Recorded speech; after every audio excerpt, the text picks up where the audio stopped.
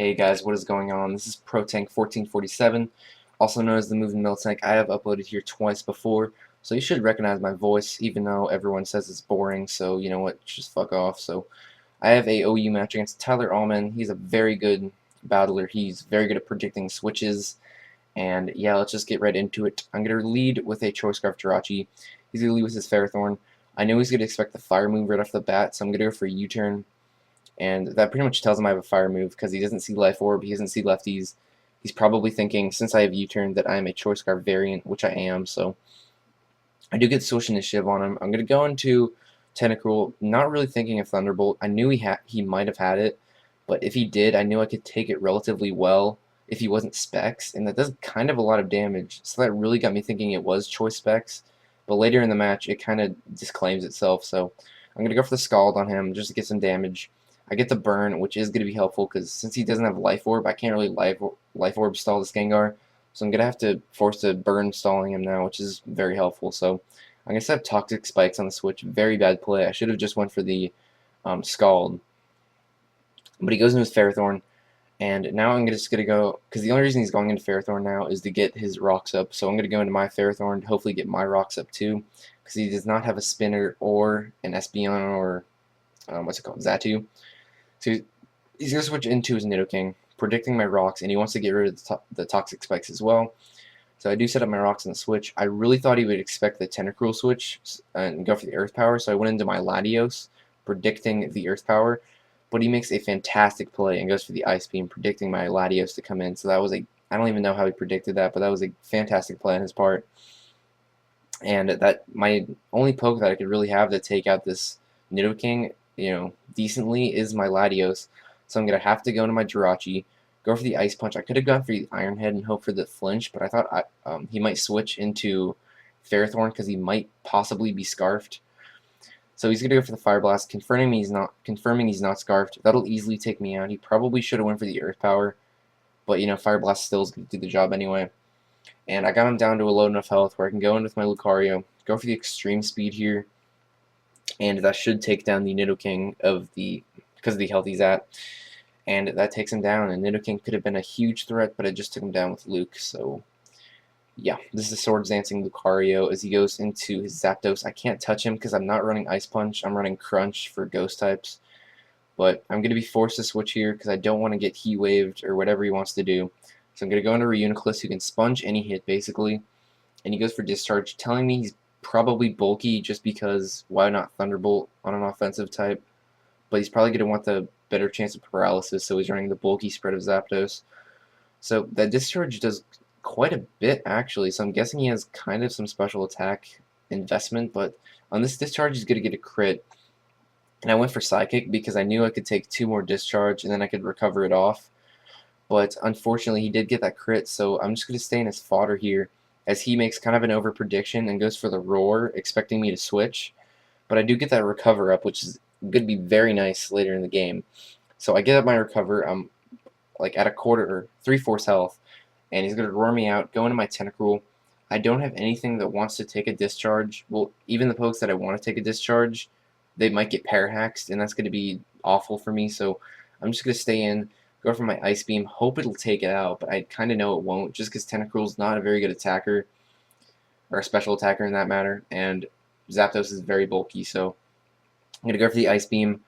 It is almost going to take down the Zapdos, but he does barely live that, but I do get the very unfortunate freeze. Now this matters a lot for him, just because I am going to be able to take him down next turn to a Scald, and he could have finished me off to a Discharge this turn.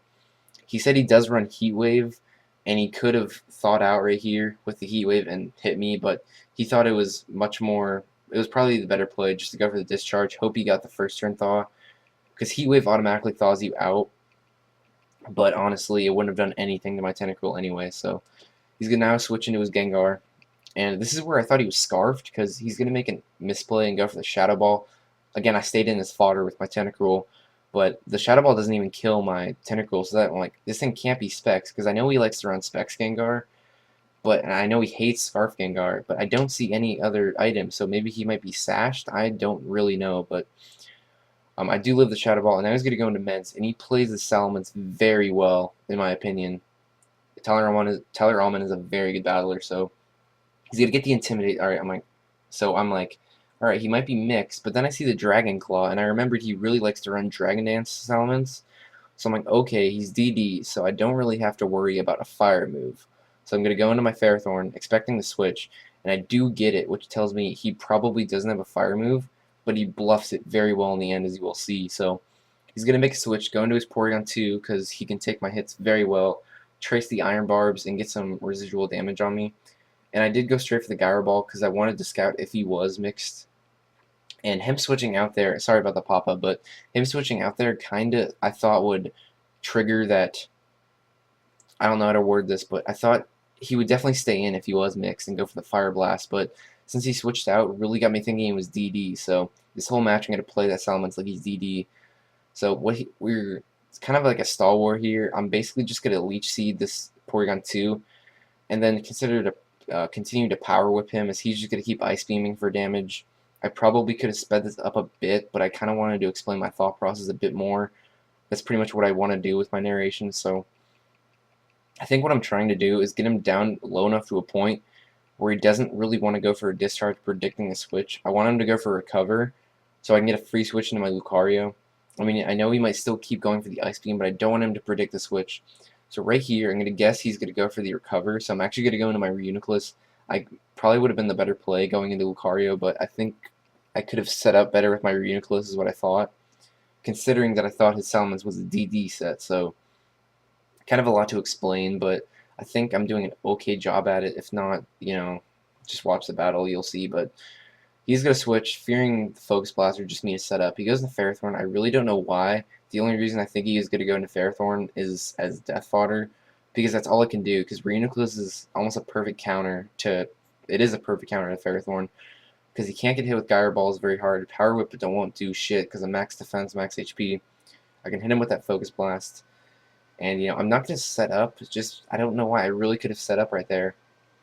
But I think his Ments just could have come in and Outrage. I don't really know why, but I think I just wanted to kill this thing off to a few Focus Blasts. I really should have set up with Calm Minds, but unfortunately I am going to miss like 2 Focus Blasts in a row, and then he's going to miss a Power Rip, so that's basically a dead turn. And I'm just going to keep going for Focus Blast.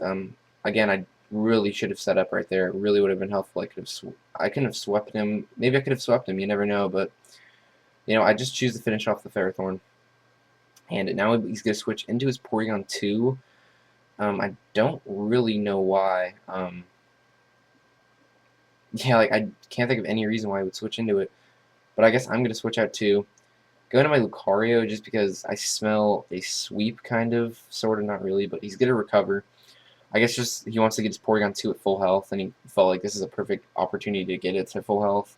That's the only other reason why I think he would go into it, but I'm going to go for the high jump kick, kind of expecting a switch, honestly, because I think Swords Dancing would be pointless, because even after Intimidate with his freaking Salamence, I think he still could have taken an Extreme Speed, so he's going to get the very unfortunate pair hacks with that Thunder Wave there.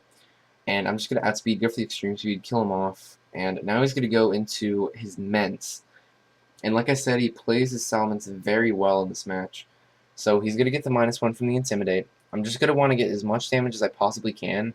Maybe even kill him with Extreme Speed, but I do get the very unfortunate pair hacks as he goes for the Earthquake and takes me out. So I'm like, alright, this thing is definitely a Dragon Dancing, freaking Salamence. Why else he would have gone for the Fire move by now. So I'm going to go into my Reuniclus knowing I can take a Dragon Claw because I'm max defense, max HP. But he goes for Draco, and that is awful because he is a mixed Salamence. And he doesn't run Outrage, he runs Dragon Claw. And that's pretty much going to be a good game because I am going to get the -2 from Draco. But honestly, I don't think Ferrothorn can still, because Salamence is his last poke, and now my Ferrothorn is my last. And Ferrothorn cannot take a Fire Blast because I'm not max. I don't think I have any special defensive investment in this Ferrothorn. And he's going to go for the Fire Blast. That is so unfortunate. Very good play by you, Tyler, to bluff that you don't have the Fire move. Very good play. Narrow 1-0 in his part. Make sure you check both of us out. Tyler is a very good battler. He actually breeds all of his pokes, which is quite a milestone to do. I mean, even at this point in 5th gen, but please go check him out. Check out my channel if you liked my content. Hopefully my narration wasn't boring like last time.